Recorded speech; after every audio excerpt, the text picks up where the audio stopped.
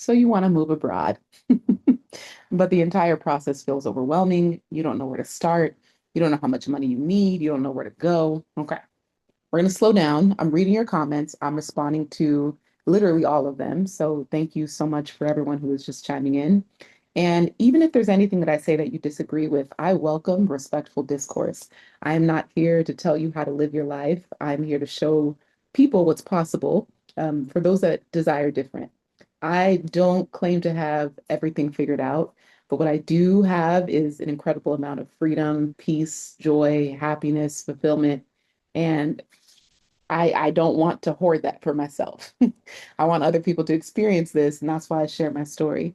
So let's start with a very fundamental step, especially if moving abroad is something that you see for yourself. You're not sure when you're giving yourself maybe a 1 year runway to kind of slowly start the process.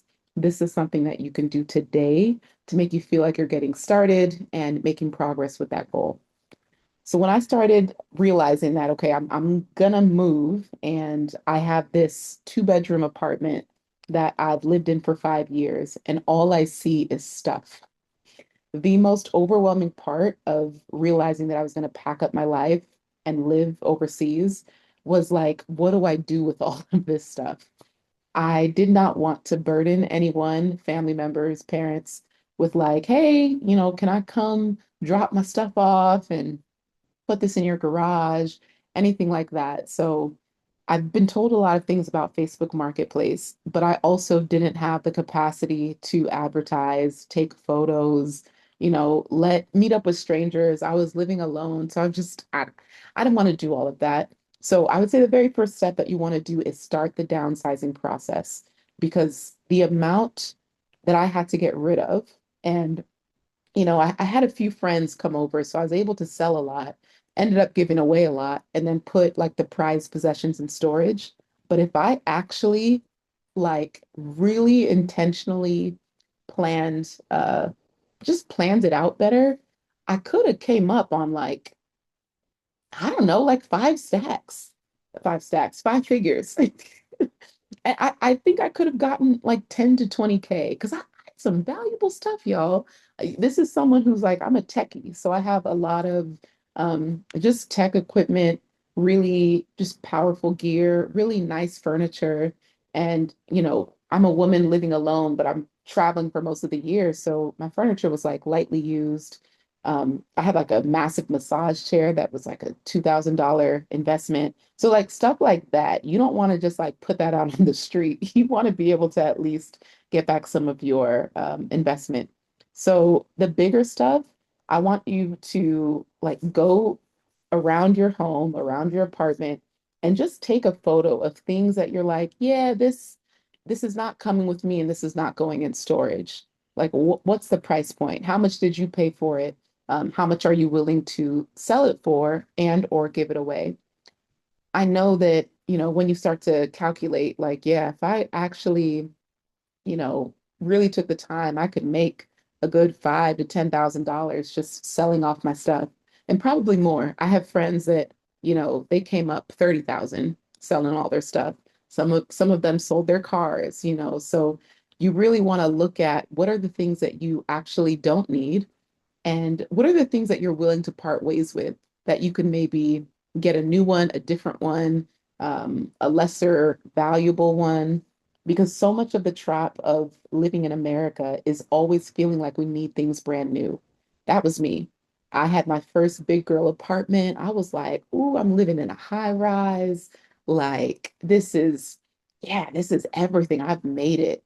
I want to make sure I deck my place out with the best of the best. I want it to look a certain way. I want to invest in like a quality experience. I want it to feel cozy. I want it to have an aesthetic feel. I really want to make sure every time I walk through the doors, I'm walking into like my safe haven. And for 5 years, I did that. And when I look back on maybe what I spent versus the value that it brought me, I still think it was worth it. Maybe I could have cut some corners. Maybe I could have been less impulsive with some of the tech stuff. Like, for example, I have this foldable sauna, which it looks like cheap plastic garbage now. I've maybe used it. 20 times in 4 years. So that wasn't enough for me. If you calculate the amount of times you use something versus the cost, like if you do that math, it means every time you used it, it cost you $70 or something. Like I want to get to a point where everything that I own, like the cost per utility, it's like 20 cents. I've used it so much that each time it's been like a 20 cent purchase. Like I want to get to that point, not saying I bought this thing for $100. I've only used it once. Therefore, the cost of using this thing is $100. That didn't make sense to me. So either get better utility out of the things that you spend a lot of money on, or start giving it up. Facebook Marketplace, eBay, friends, texting people, all of that takes time.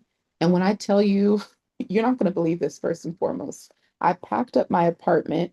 Obviously, I hired helpers, this incredible wife and husband duo, which I don't know how they did it. Lord, I don't think I realized. And then I hired movers. That was a separate company, but they did everything in 2 days.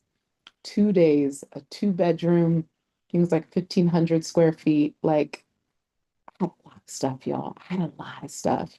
If you follow me on Instagram, you've seen me do tours of my place. Like there was no white space left on the walls. Everything was decked out. Everything was customized. Everything felt very, yeah, it was just, it was a lot.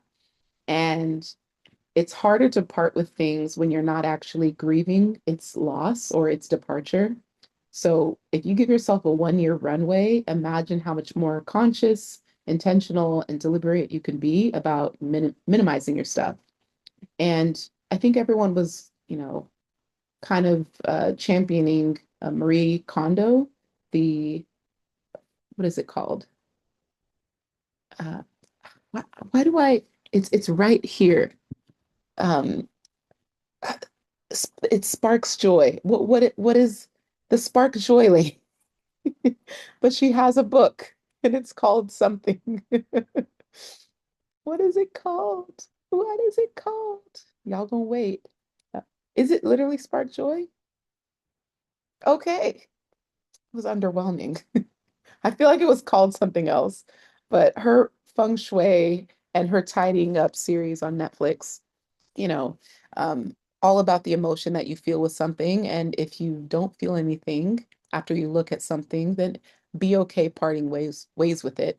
And something that I've had to practice in this journey of just going through life, not getting attached to things, people, experiences, is emotional detachment. What's a heavy level of emotional detachment that I can feel over this $3,000 camera that I purchased when I was in college that has carried me all these years? Like, what is the price of letting it go? Do I actually need this now? What part of my future can still hold space for this expensive and heavy hobby? Because I had a pretty extensive camera collection, but at some point, these cameras were collecting dust because I realized most of my content was on my iPhone. So there's a grieving process of like, man, it's not buyer's remorse, it's just hoarder's remorse. I just realized I really didn't need much.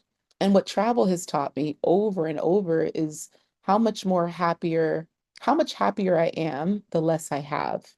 And if I'm moving villa to villa and, island hopping and doing all of these experiences and these off the beaten path places, it's so much easier when you just have a backpack and a little carry-on. You don't want to bring a ton of stuff with you. And I promise you, you don't wear as many clothes as you think. Um, if you go back and watch my daily videos in August, like I was repeating outfits like every 3 days, and I was like, I don't care. Like people know that I do my laundry. Like I'm fine if you see the same purple shirt twice in a week.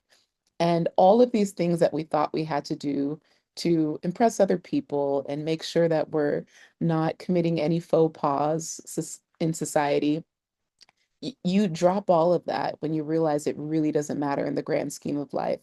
So, whatever downsizing looks like to you, I would start there and give yourself time, space. Make it a party, make it an event, whether you do a garage sale or something online in Facebook Marketplace. Make it something exciting and bring people into the process. Like, yeah, I'm getting rid of this because I'm moving to Vietnam. Like, let them start to celebrate that you are making this decision for yourself. And it also gives them permission to be like, dang, wait, what do you mean you just go up and yeah, I'm gonna just see. I just I'm tired of what's going on here. I've got some stuff saved away and yeah, I'm just gonna give it a shot. Like you don't even know how many people in your life are waiting to be inspired by you. Because I'm gonna assume that you're watching my videos and you're tuned into this series because something that I'm saying is sparking life in you. It's reminding you of something that you've already wanted. I'm not giving anyone any new ideas. You've already had it in your heart that you've been ready to go for a while. You just needed someone to remind you, like, hey, that dream, it's time. I know you tucked it away for a bit. I know times feel scary and uncertain. I know people make you feel like now is not the time to make any sudden changes, but you know what you've wanted.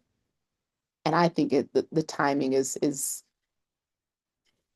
sooner better than later for sure. So yeah, that is going to be your first thing to do.